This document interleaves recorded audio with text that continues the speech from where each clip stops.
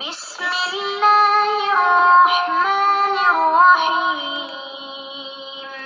اعوذ باللہ السمیع العلیم من الشیطان الرجیم بسم اللہ الرحمن الرحیم الحمد لأہلہ والصلاة علی اہلہا۔ عزیز طلبہ السلام علیکم ورحمۃ اللہ وبرکاتہ۔ شرح المدوم کتاب حج درس نمبر 400 میں دیگر بعض حیوانات کے شکار کا کفارہ بیان کیا جائے گا۔ احرام کے شکار کے کفارات پر گفتگو ہو رہی ہے اور سب سے پہلے شتر مرغ کے کفارے پر گفتگو مکمل ہوئی۔ اب دوسرے بعض حیوانات کے شکار کے کفارے بیان کیے جائیں گے۔ وحشی گائے اور وحشی حمار کے شکار کا کفارہ بیان ہوگا، اور اس کے علاوہ بعض حیوانات کے شکار میں بکری کے کفارے کا وجوب، بکری دینے سے عاجز ہونے کی صورت میں حکم کی تحقیق، متعلقہ مسائل اور فروعات نیز روایات اور احادیث کا تذکرہ ہوگا۔ عبارت کی تشریح اور تطبیق پیش کی جائے گی۔ فرماتے ہیں اگر احرام کی حالت میں وحشی گائے یا وحشی حمار کا شکار کرتا ہے تو اس کا کفارہ ایک اہلی گائے ہے جو 2 سال مکمل کر چکی ہو، اور اگر شکار والے جانور کا جو عمر ہے وہ 2 سال سے کم ہو تو کافی ہے کہ کفارے میں بھی اس کی ہم سن گائے دی جائے، اور لازم نہیں ہے کہ اس کے 2 سال مکمل ہوں۔ عبارت کو دیکھتے ہیں۔ فرمایا وَفِي بَقَرَةِ الْوَحْشِ وَحِمَارِهِ بَقَرَةٌ أَهْلِيَّةٌ مُسِنَّةٌ فَصَاعِدًا إِلَّا أَن يَنْقُصَ سِنُّ الْمَقْتُولِ عَنْ سِنِّهَا فَيَكْفِي مُمَاثِلُهُ فِيهِ۔ وحشی گائے کا شکار کرے یا وحشی حمار اور گدھے کا شکار کرے تو ایک اہلی گائے کفارے میں دینا ہے، مسنہ جو 2 سال اس کے مکمل ہوں، فصاعدن یا اس سے زیادہ اس کی عمر ہو، مگر یہ کہ جس حیوان کو قاتل کیا ہے، شکار کیا ہے، اس کی عمر 2 سال سے کم ہو تو پھر کم عمر ہی گائے اس کے کفارے میں دینا کافی ہے۔ فَيَكْفِي مُمَاثِلُهُ فِيهِ، تو اس کے ہم عمر مماثل کافی ہوگا کفارے میں۔ ثُمَّ الْفَضْلُ لِلْقِيمَةِ عَلَى الْبُرِّ لَوْ تَعَذَّرَ، اور اگر اہلی گائے خرید کر دینا مشکل ہو تو پھر اس کی قیمت کو گندم خرید کر تقسیم کرنی چاہیے فقراء میں۔ وَنِصْفُ مَا مَضَىٰ فِي الْإِطْعَامِ وَالصِّيَامِ مَعَ بَاقِي الْأَحْكَامِ فَيُطْعِمُ 30 ثُمَّ يَصُومُ 30 وَمَعَ الْعَجْزِ 9۔ اور فرماتے ہیں کہ فقراء کو کھانا کھلانے میں اور روزے رکھنے میں اور باقی احکام میں سابقہ کا نصف ادا کرنا پڑے گا، یعنی شتر مرغ کے کفارے میں 60 فقراء کو کھانا کھلانا ہوتا تھا تو اس صورت میں 30 کو کھانا کھلانا ہوگا، کہ شتر مرغ کے کفارے میں جو فقراء کو کھانا کھلاتے تھے وہ 60 تھے تو اس کا نصف 30 بنتا ہے۔ فَيُطْعِمُ 30، تو 30 فقراء کو کھانا کھلائے گا۔ ثُمَّ يَصُومُ 30، اور اگر اطعام مساکین ممکن نہ ہو تو پھر 30 روزے رکھے گا، جبکہ شتر مرغ کے کفارے میں 60 روزے رکھتا تھا۔ وَمَعَ الْعَجْزِ 9، اور جب 30 روزوں سے عاجز ہو تو 9 روزے رکھے گا، حالانکہ 60 روزوں سے عاجز ہوتا تھا شتر مرغ کے کفارے میں تو 18 روزے رکھنے ہوتے تھے، تو یہ تمام احکام میں اس کے نصف ہو جائے گا۔ وَفِي الظَّبِيِّ وَالثَّعْلَبِ وَالْأَرْنَبِ شَاةٌ ثُمَّ الْفَضْلُ الْمَذْكُورُ لَوْ تَعَذَّرَتْ الشَّاةُ۔ پھر فرماتے ہیں کہ اگر ہرن کو یا لومڑ کو یا خرگوش کو شکار کرے تو اس کا کفارہ ایک بکری ہے۔ ثُمَّ الْفَضْلُ الْمَذْكُورُ لَوْ تَعَذَّرَتْ الشَّاةُ، پھر اگر بکری دینا مشکل ہو تو پھر فقراء میں کھانا تقسیم کرنا ہوگا۔ وَالسُّدُسُ مَا مَضَىٰ فَيُطْعِمُ 10 ثُمَّ يَصُومُ 10 ثُمَّ 3۔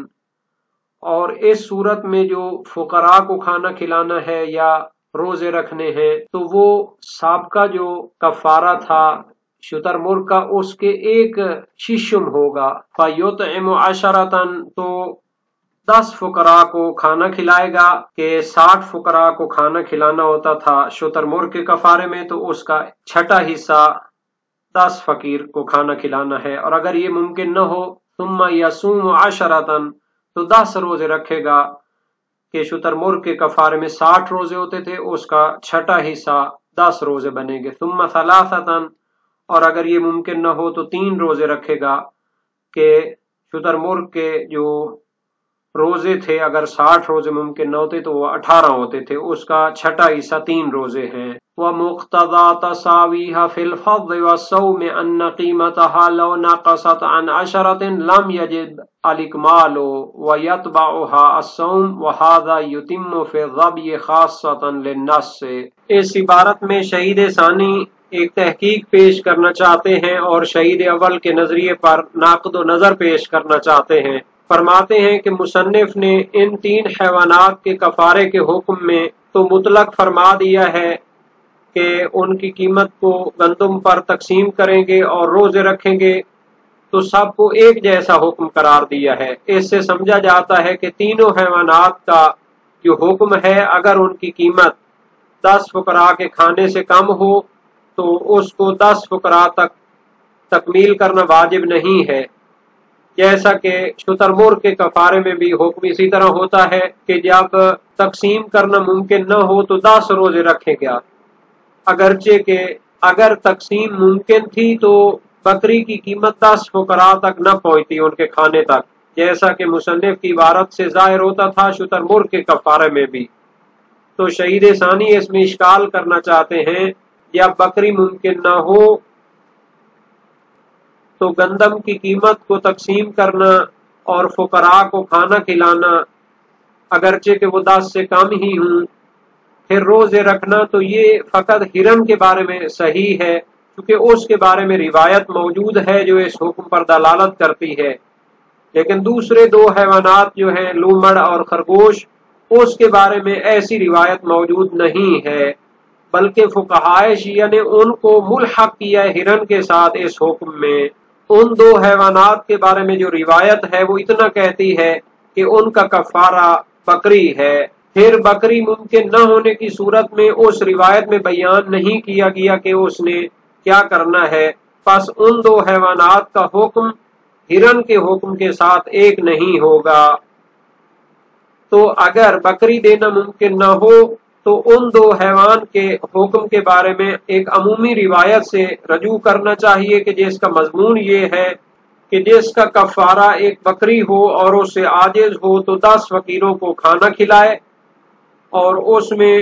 بکری کی قیمت کو گندم پر تقسیم کرنا اور قیمت کی مقدار کے برابر فقراء کو کھانا کھلانا یہ نظر میں نہیں رکھا جائے گا، اور اگر اس سے عاجز ہو 10 فقراء کو کھانا کھلانے سے عاجز ہو تو 3 روزے رکھے گا بغیر اس کے کہ اس سے پہلے اسے 10 روزے رکھنا واجب ہوں۔ تو گویا اس بحث میں 2 نظریات ہو گئے، ایک تو مصنف کا قول ہے جو ان کی عبارت سے ظاہر ہوتا ہے اور وہ ان 2 حیوانات کو ہرن کے ساتھ ملحق کرتے ہیں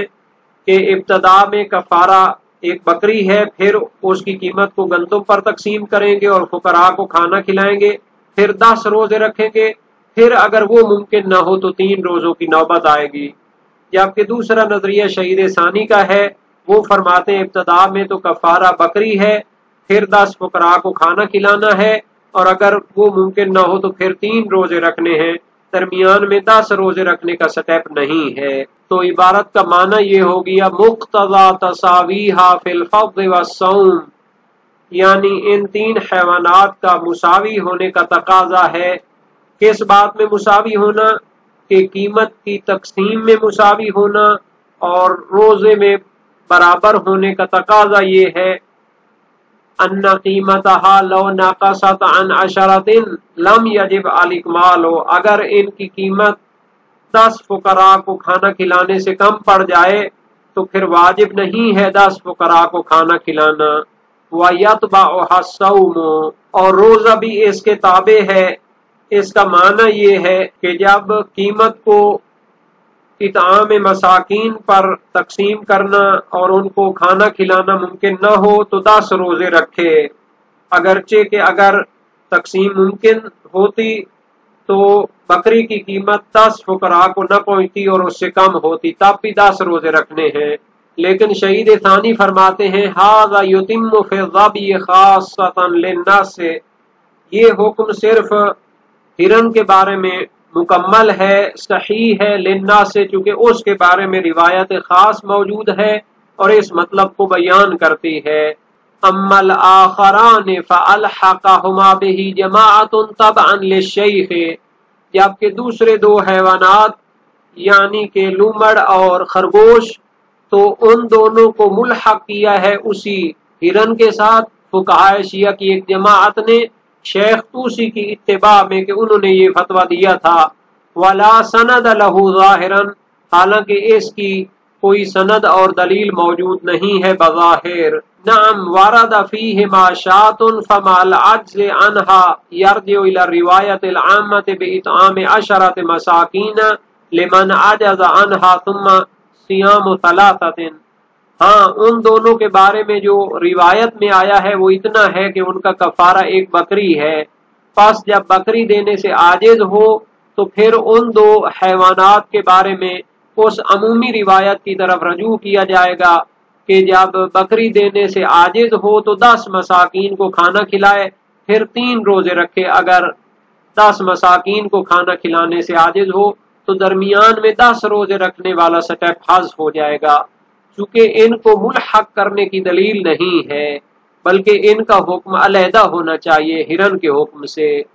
وَهَذَا هُوَ الْأَقْوَى، یہی نظریہ قوی تر ہے شہید ثانی کے نزدیک۔ وَفِي الدُّرُوسِ نَصَبَ مُشَارَكَتَهُمَا لَهُ إِلَى 3 وَهُوَ مُشْعِرٌ بِالضَّعْفِ، جبکہ شہید اول بھی اپنی کتاب دروس شرعیہ میں ان دو حیوانات کے کفارے کے حکم کو ہرن کے ساتھ شریک ہونے میں نسبت دیتے ہیں الی 3 فقہائے شیعہ کی طرف، یعنی شیخ مفید، شیخ طوسی اور سید مرتضیٰ کی طرف نسبت دیتے ہیں اور خود اس کو تحقیق کے طور پر اختیار نہیں کرتے۔ وَهُوَ مُشْعِرٌ بِالضَّعْفِ، گویا کہ اس سے سمجھانا چاہتے ہیں کہ یہ نظریہ ضعیف ہے، چونکہ ہرن کے بارے میں تحقیق موجود ہے، روایت خاصہ موجود ہے، لیکن دوسرے دو حیوانات کے بارے میں روایت موجود نہیں ہے۔ وَتَظْهَرُ فَائِدَةُ الْقَوْلَيْنِ فِي وُجُوبِ إِكْمَالِ إِطْعَامِ الْعَشَرَةِ وَإِنْ لَمْ تَبْلُغْهَا الْقِيمَةُ عَلَى الثَّانِي وَالْإِقْتِصَارُ فِي الْإِطْعَامِ عَلَى مُدٍّ۔ تو شہید ثانی نے جو تحقیق پیش کی ہے اور شہید اول کے نظریے کی مخالفت کی ہے تو فرماتے ہیں ان دو نظریات میں 2 جگہوں پر ثمرہ اور فائدہ ظاہر ہوگا۔ اس کا پہلا فائدہ تو یہ ہے کہ اگر بکری کی قیمت 10 مساکین کو کھانا کھلانے سے کم ہے تو دوسرے نظریے کی بنیاد پر تو 10 فقیروں کو کھانا کھلانا واجب ہوگا، کیونکہ اس بنیاد پر قیمت کو نہیں دیکھا جاتا بلکہ 10 فقیروں کو کھانا کھلانا واجب ہے۔ لیکن پہلے قول کی بنیاد پر جو مصنف کا قول ہے، شہید اول کا قول ہے، تو بکری کی قیمت گندم پر تقسیم کی جاتی ہے، اگر وہ 10 مساکین سے کم ہو تو پھر کم کوئی کھانا کھلائیں گے، 10 فقیروں کو کھانا کھلانا واجب نہیں ہوگا۔ اور دوسرا فائدہ یہ ہے کہ ہر فقیر کو کتنا کھانا کھلانا ہے۔ شہید ثانی کے قول کے مطابق چونکہ اس کے بارے میں خاص روایت نہیں ہے تو ہر فقیر کو کتنا کھلانا ہے، بلکہ مطلق اطعام کی روایت سے استفادہ کرتے ہوئے ان کو 1 مد تک دینا کافی ہوگا اور 1 مد سے زیادہ دینے کی دلیل موجود نہیں ہے۔ لیکن شہید اول کے قول کے مطابق ہر فقیر کو 2 مد دینا واجب ہوں گے۔ اور ایک تیسرا فائدہ بھی اس کا ہے جس کی طرف پہلے اشارہ کیا گیا ہے کہ دوسرے قول کی بنیاد پر 10 روزے کا جو وجوب ہے وہ حذف ہو جاتا ہے، جب وہ کھانا کھلانے سے عاجز ہو تو پھر اس پر 3 روزے واجب ہوتے ہیں۔ لیکن پہلے قول کی بنیاد پر جب 10 فقیروں کو کھانا کھلانے سے عاجز ہو تو پھر 10 روزے کا وجوب آتا ہے، اور اگر اس سے بھی عاجز ہو تو پھر جا کر 3 روزوں کا وجوب آتا ہے۔ تو اسی کو بیان کرتے ہیں تظہر فائدۃ القولین، دونوں نظریات کا فائدہ اور ثمرہ ظاہر ہوگا فی وجوب اکمال اطعام العشرہ، کہ شہید ثانی کے قول کے مطابق 10 فقراء کو کھانا کھلانا واجب ہے، وَإِن لَمْ تَبْلُغْهَا الْقِيمَةُ عَلَى الثَّانِي، اگرچہ کہ بکری کی قیمت 10 فقراء کو کھانے کھلانے تک نہ پہنچتی ہو، علی الثانی دوسرے نظریے کی بنیاد پر جو شہید ثانی کی تحقیق ہے، لیکن پہلے قول کی بنیاد پر اگر بکری کی قیمت کم ہو تو پھر 10 فقراء کو کھانا کھلانا واجب نہیں ہے، بلکہ کم کو ہی کھلائیں جتنے کو وہ قیمت پہنچتی ہے۔ والاقتصار فی الاطعام علی مد، اور دوسرے نظریے کی بنیاد پر فقراء کو کھانا کھلانے میں ایک مد طعام پر انحصار کرنا کافی ہے، اور پہلے نظریے کی بنیاد پر ہر فقیر کو 2 مد طعام دینا چاہیے، چونکہ وہ کفارے کے باب میں ملحق کیے گئے ہیں ہرن کے ساتھ، تو ان کفاروں میں 2 مد طعام ہر فقیر کو دیا جاتا ہے۔ حالانکہ اگر دوسرے نظریے کو مان لیں تو یہ فقیروں کو کھانا کھلانے کی عمومی روایات سے استفادہ کرتے ہوئے 1 مد طعام ہی کافی ہے۔ یہاں تک وحشی گائے اور وحشی حمار کے کفارے کا تعلق ہے تو مشہور فقہاء کا یہی نظریہ ہے، اور روایات بھی اس پر دلالت کرتی ہیں۔ صحیح ہے حریث بن عبداللہ سجستانی بلوچستانی امام صادق علیہ السلام سے روایت ہے، اور اسی طرح ابو بصیر کی بھی روایت امام صادق علیہ السلام سے، اور یہ وسائل الشیعہ باب اول و دوم ابواب کفارات و صید میں موجود ہیں۔ جبکہ شیخ صدوق نے حمار وحش میں ایک بدنہ اونٹنی کو واجب کیا ہے، اور اس کے لیے ابو بصیر کی روایت سے استفادہ کیا ہے جو باب دوم میں ہے ابواب کفارات و صید میں، اور علامہ ابن الجنید اسطافی نے حمار وحش میں گائے اور اونٹنی میں اختیار دیا ہے تاکہ روایات کو جمع کر لیا جائے، اور جو گائے اہلی کفارے میں دینی ہے تو اس کی عمر میں تو 2 سال مکمل ہو تو تیسرے میں داخل ہو، یہ فرما دیا ہے۔ لیکن مسالک میں فرمایا ہے کہ ظاہر یہ ہے کہ اس سے مراد مسنہ ہے، یعنی 2 سال مکمل ہو، ورنہ اس پر کوئی نص نہیں ہے۔ صاحب مدارک الاحکام نے فرمایا کہ گائے کے بارے میں مرجع اور معیار یہ ہے کہ جس پر گائے کا نام صدق کرتا ہو۔ پھر قیمت کو تقسیم کرنا ہے فقراء کو کھانا کھلانے کے لیے، اور جو باقی احکام ہیں تو اس میں کوئی اختلاف نہیں، تمام فقہائے شیعہ قائل ہیں، روایات بھی اس پر دلالت کرتی ہیں۔ صحیح معاویہ بن عمار امام صادق علیہ السلام سے، وسائل الشیعہ باب دوم ابواب الکفارات میں ہے، اور 30 فقراء کو کھانا کھلائے گا اور 30 روزے رکھے گا۔ اکثر فقہاء شیعہ کا یہی نظریہ ہے۔ صحیح ابو عبیدہ حذاء جلیل القدر سے کا راوی امام صادق علیہ السلام سے روایت کی، تو یہ روایت بھی اسی باب میں موجود ہے۔ جبکہ شیخ مفید اور سید مرتضیٰ اور علامہ ابن بابویہ 9 روزوں پر اکتفا کرتے ہیں مطلقاً صحیح معاویہ بن عمار کی وجہ سے، اور جیسا کہ شہید نے فرمایا ہے کہ ہرن اور لومڑ اور خرگوش کے بارے میں ایک بکری کفارے میں دی جائے گی تو اس میں کوئی اختلاف نہیں ہے۔ ہرن کے بارے میں تو ابو بصیر کی روایت میں تفصیلات موجود ہیں، وسائل الشیعہ باب دوم ابواب و کفارات سعید میں ہے، جبکہ لومڑ اور خرگوش کے بارے میں جس روایت کی طرف شہید ثانی نے اشارہ کیا ہے تو وہ روایت صحیح حلبی ہے۔ سألت ابا عبداللہ علیہ السلام عن الارنب یصیبہ المحرم قال شاۃ ہدیا بالغ الکعبۃ، وسائل الشیعہ باب چہارم ابواب و کفارات سعید میں ہے، اور اسی طرح ابو بصیر کی روایت بھی اس مطلب میں اسی طرح ہے، خرگوش کے بارے میں بھی۔ تو اس بارے میں سید عاملی نے مدارک الاحکام فی شرح شرائع الاسلام میں شہید ثانی کی طرح تحقیق پیش کی ہے، اور شیخ مفید و توسی سید مرتضیٰ ابن ادریس ہلی کے نظریات کو نقل کیا ہے کہ وہ ان تینوں حیوانات کو برابر قرار دیتے ہیں، جبکہ علامہ ابن الجنید اسطافی اور ابن بابویہ اور ابن ابی عقیل عمانی بکری کو واجب قرار دیتے ہیں، باقی احکام کو انہوں نے بیان نہیں کیا۔ سید عاملی مزید فرماتے ہیں کہ صحیح قول یہ ہے کہ ان میں بھی بدل موجود ہے بکری کے بعد، جیسا کہ ہرن میں موجود ہے۔ صحیح ہے ابو عبیدہ حذاء اس پر دلالت کرتی ہے، اور صحیح ہے معاویہ بن عمار بھی اس پر دلالت کرتی ہے۔ تو شہید ثانی نے جو تقویت کیا ہے کہ ان کو ہرن کے ساتھ ملحق نہ کیا جائے، تو اس پر اشکال آتا ہے کہ جناب علی روایت ابو عبیدہ حذاء اس کو شامل ہے، تو اس حکم کو صرف ہرن کے بارے میں قبول کرنا اور باقی 2 کے بارے میں قبول نہ کرنا یہ درست نہیں ہے، یہ بعید ہے۔